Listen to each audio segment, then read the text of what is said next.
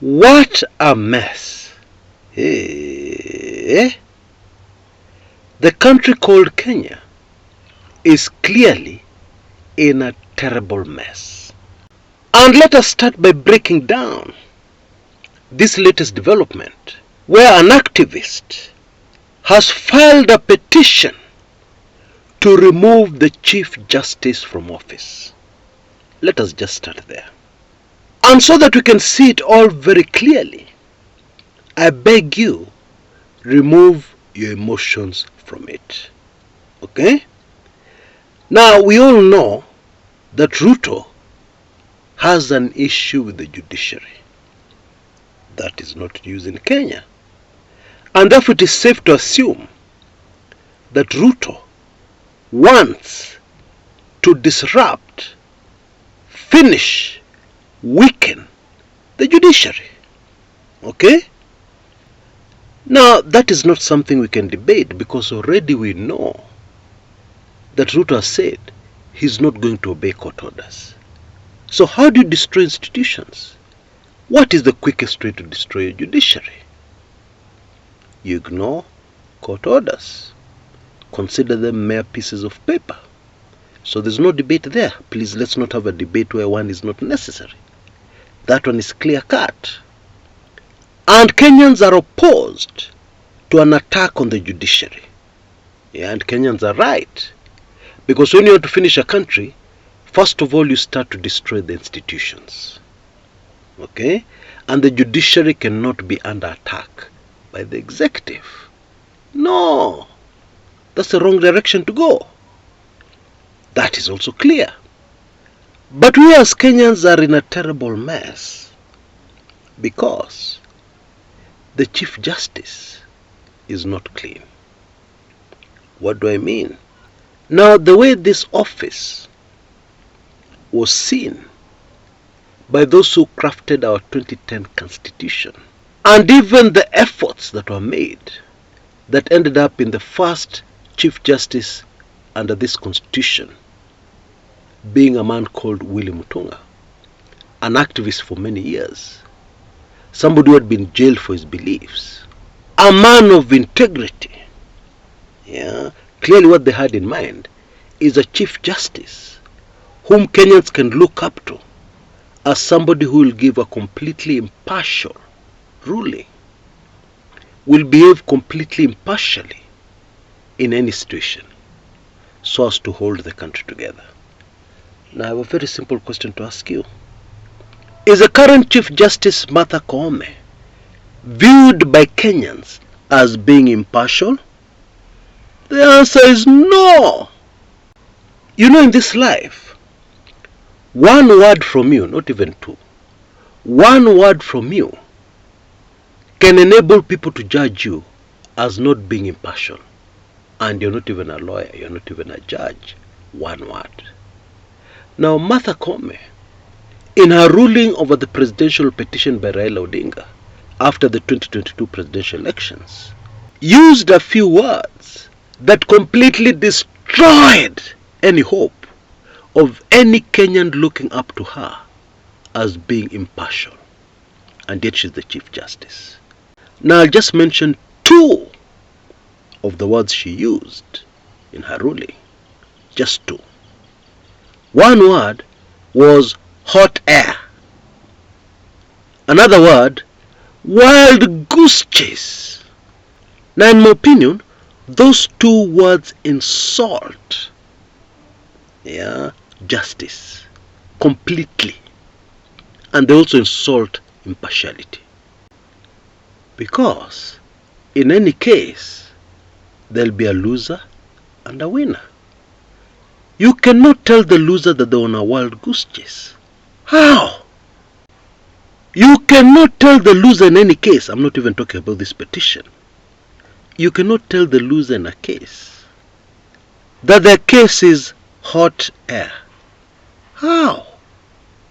I believe most of us are beginning to understand why I started today's show with the phrase, what a mess.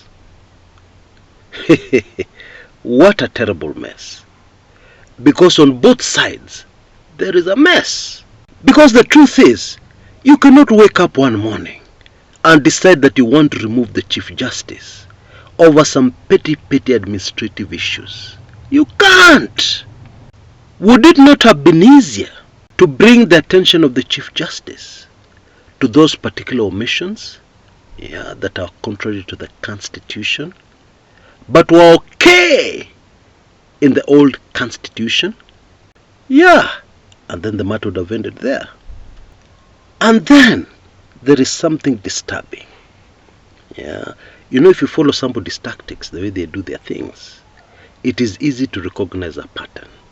We keep on saying this on this channel. What is the name of the petitioner, whom we are told is an activist? Michael Kojo Otieno. Not Musyoka, not Njoroge, and certainly not Rono. Now, those of us who have followed certain political careers long enough will tell you immediately that that already is a signature. It has Ruto written all over it. It is political.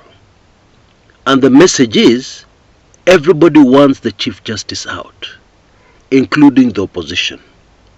That is really the message. And in my opinion, despite the shortcomings of the current Chief Justice, I will never support such a petition to remove her. I hope I've not lost anybody. And one of the many reasons is that this has politics written all over it. And politics should not be in this issue. Because we have some very serious problems in Kenya. Very serious. More serious than any problems that would surround the Chief Justice. In my opinion, and I believe in the opinion of many Kenyans, our biggest problem, biggest by far, is in State House. And therefore, if you want to solve a problem, you don't go and deal with periphery issues, vitu za kando, sideshows. No, you deal with the crux of the problem. You deal with the main problem. And the main problem is in State House, because State House is digging us deeper and deeper into a bottomless pit. Because I'm sure you have noticed, all the noise being made in the country, all the controversies, housing levy, etc., all that debate, all that controversy, all those manenos are not designed to take Kenya forward. They're only designed for the survival of William Samoei Ruto. One individual. They serve the purposes of keeping Ruto in power. Period. That does not help us. Let me illustrate our current political situation, so that there's avoidance of doubt, so that we all understand where we are as a country. Imagine a boxing match, and one person has already been defeated. In fact, the punches from the opponent during this boxing match have taken their toll. The guy's face looks horrible. He can't open one of his eyes at all. The other one he can barely peek out. He is bleeding. And for all intents and purposes, the referee should stop this fight. For all intents and purposes, the person losing should just give up and prepare to fight another day, instead of causing serious injury to themselves. For nothing. They've already lost. The situation in Kenya today is that that person who was lost is fighting on. They still believe they can turn this fight around by a quick knockout of that opponent who has already overwhelmed them. Okay? And in this particular case, the referee seems powerless. He has waved on the boxing match. And therefore now, it has ceased to be a boxing match because the ring is full of blood. The person losing is bleeding all over the place, but they still can't give up. Now what that means is that the damage the loser will suffer will be colossal. it would have been much better for them to do the honorable thing and give up the fight, accept defeat and move on, seeking a better day for themselves. But since they have not chosen that path, this particular boxing match is going to end up very, very, very badly for them. Very badly. Of course, I'm talking about the Ruto presidency. This presidency has failed. It is being hit from all directions by Kenyans from all walks of life, from every particular area of Kenya. The president can't even make a speech. People don't want to listen to him, etc., etc. But still, he will not accept defeat. And the latest is that State House has unleashed the 36 bloggers with new vigor, with new energy to fight and turn around the situation. What? Well, as they say, all dreams are valid, because this is a far-fetched dream that has to be valid. Yesterday, the 36 bloggers launched a major assault on the Nation Media Group. Now, this is a media group that has been very sharp, very quick. They have their own issues. They are trying to recover their lost glory. And they've been doing it quite admirably, in my opinion. A vicious, brutal attack was launched on Twitter against the Nation Media Group. If you're active on social media, you'll also have noticed how watu wametokelezea. On our Telegram forum, they have come back with a vengeance. In the comments area, in videos on this channel, they have come back with fujo. And some of them are even issuing threats to yours truly. Itumbi's boys are back. And as this is happening, Ruto is digging the country called Kenya deeper and deeper into that pit. More taxes and levies loading like there's no tomorrow. There's not going to be a levy at all on major roads in Kenya. That is what is being planned and being pushed very hard by Kipchumba Murkomen. And this comes at a time when everybody has seen that more taxation has reached that point where the government is collecting less than it was collecting when taxes were lower. To use Raila Odinga's imagery, punda haijachoka, punda imechoka na ikachoka mpaka mwisho, na sasa punda imecollapse. That is the situation. But still, the new taxes and the new levies continue to be introduced. So what that means is that Kenya is digging itself deeper and deeper and deeper into that hole.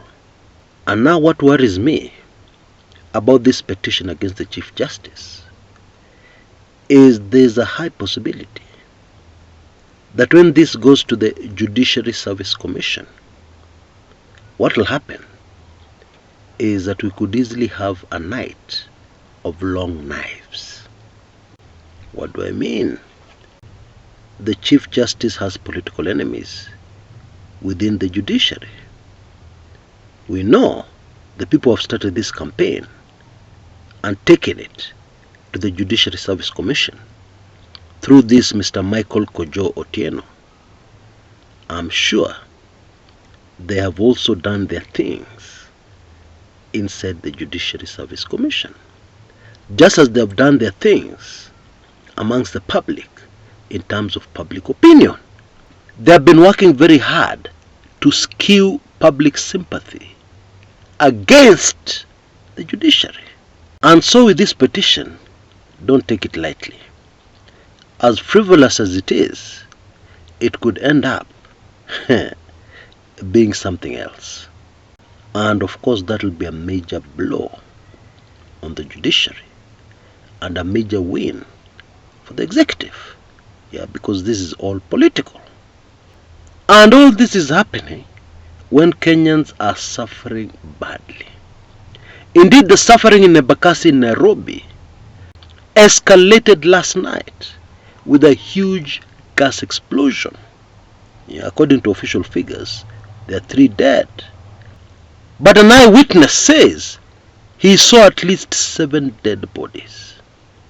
There are over 270 people injured, some of them very badly. Now, as unfortunate as the Embakassi story is, it is also very instructive on the state of affairs in our beautiful nation called Kenya. This particular gas filling factory had already been flagged by EPRA. People arrested, and it was supposed to be closed. It is not only in a residential area, but it is right next to a garage that fixes vehicles. And we know what goes on in a garage. Welding goes on there sometimes. A naked flame right next to a gas factory. Does that make sense to you? And so, according to eyewitnesses, there was a leakage because people could smell the gas. And then somebody was doing some welding at the garage, which is interesting because all this was unfolding at 11:30 p.m. That's late at night. But then maybe it's because Kenyans are gravitating towards a 24-hour economy or something like that. There is a very high likelihood that somebody somewhere was bribed to enable this factory to continue working, so that some Kenyans watafute unga kwenda kulisha watoto na familia zao. But then the bigger picture is what unfolded, the tragedy that has unfolded. Because there's nothing wrong with looking for a way to eke out a living in these difficult times. But then you also need to consider the big picture consequences of what you're doing. And I believe we have seen this very clearly in Embakassi. How sad. Very, very sad story. But that's Kenya for you. You know, we have an ongoing campaign on this channel. And the campaign is, Kenyans, please change your thinking. Changing your thinking is the only way you can survive what is coming and indeed what is already here. Because this morning, Kenyans have woken up to dozens of families who are now homeless. Their homes were burnt by the gas explosion, which caused a fire. Other Kenyans do not have a business this morning. Their businesses were destroyed by the fire from the gas explosion. There is no way those Kenyans would have predicted the very unfortunate events of last night. However, just by sitting down quietly and analyzing where the country is going, it is very easy to predict what is going to unfold over the next few weeks and months in the country called Kenya. Starting with that important piece of information, that the country is digging itself deeper and deeper to a bottomless pit, financial troubles. And so that means even if you're doing okay right now, even if you're doing good business right now, you must change your thinking and prepare yourself for the future, and also for the inevitable eventuality. Not because I'm a prophet of doom, but because of where we are clearly going as a country and where our economy is going. Because currently, as I speak, the Kenya shilling is dangerously threatening to reach the 170 shilling mark. Okay? Of course, there are those who have predicted 200 Kenya shillings to the dollar, and they're saying it'll happen very soon. And that is why you must allow me to remind you of my mini-series, How to Survive or Even Prosper in a Dead Economy. It has a lot of information. Apart from the video, which is well over 1 hour long, with nuggets, examples, step by step, etc., etc. There are also 3, you heard me right, 3 valuable ebooks included in the package. Now you can see details in front of your screens right now. I highly recommend it. In fact, this is crucial for those of us who want to survive the new Kenya, that has already unfolded before our very eyes, and the Kenya that is coming very quickly as we continue to dig ourselves deeper and deeper into a bottomless pit, courtesy of a regime that believes it must survive at all costs, and it must do what it wants to do.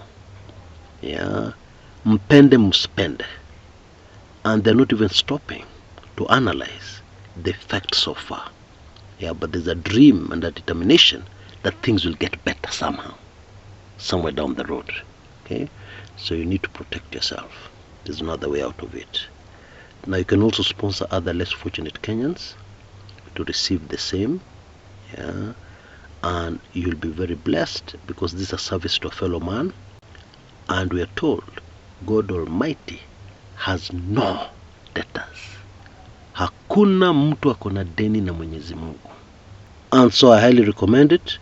Please take action right away.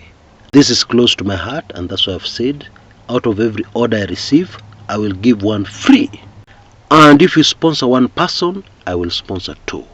If you sponsor 2, I will sponsor 4.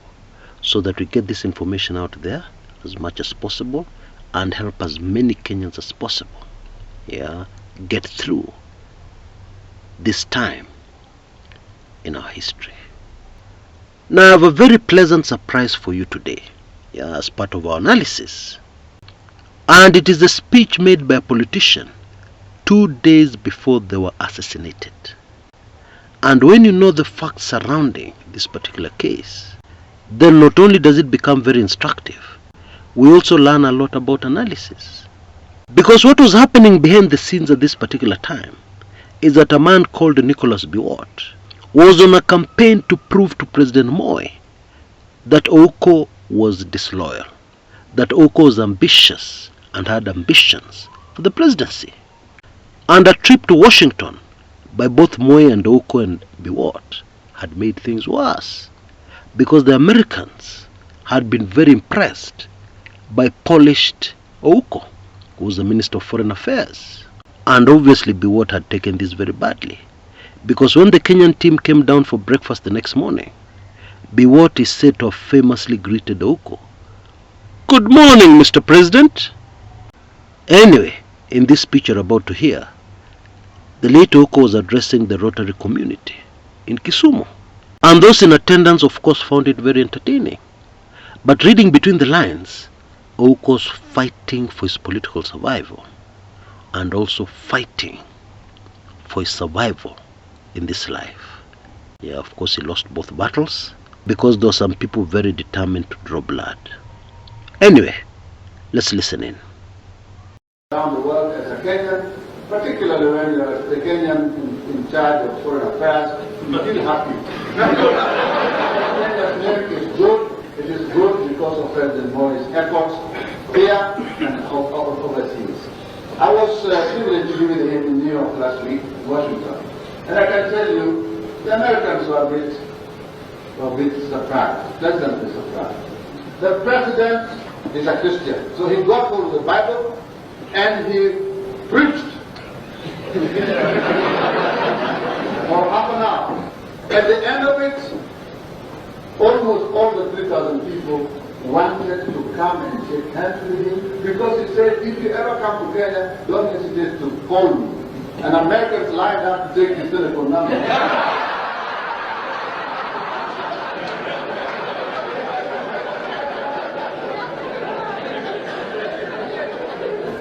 And I want to tell you that our beloved President, His Excellency Daniel Arap Moi, has done to Kenya more than any other person could have done.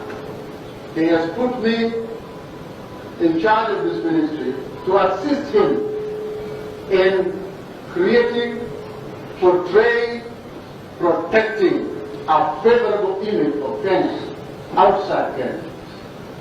I've done this with great joy because the real task is being done by the President himself. After he has cleared the air around the world for Kenya, I just go around to see if there's any doubt. I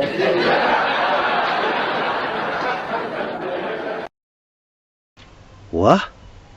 Clearly, this was a speech that would have saved Ouko's life. But unfortunately, it did not. And I believe most Kenyans know what really happened. Ouko was picked up, roughed up, beaten up, and finally shot in the presence of Moi at State House Nakuru. Anyway, back to the present, where the Kenya Kwanza government is fighting a battle that it is already losing very badly. And I very strongly believe that one day in history, it will be said, it would have been better if they had thrown in the towel early. Things would have been much better for them. Instead of this continuous, hopeless, determined campaign, that is against the basic rules of politics. How do you rule a country when the entire country is against you? That is against the rules of human nature, and indeed against simple logic and common sense. But of course, that is always the narcissistic view of things. Kunaendanga hivyo. Until next time, this is Chris Kumekucha.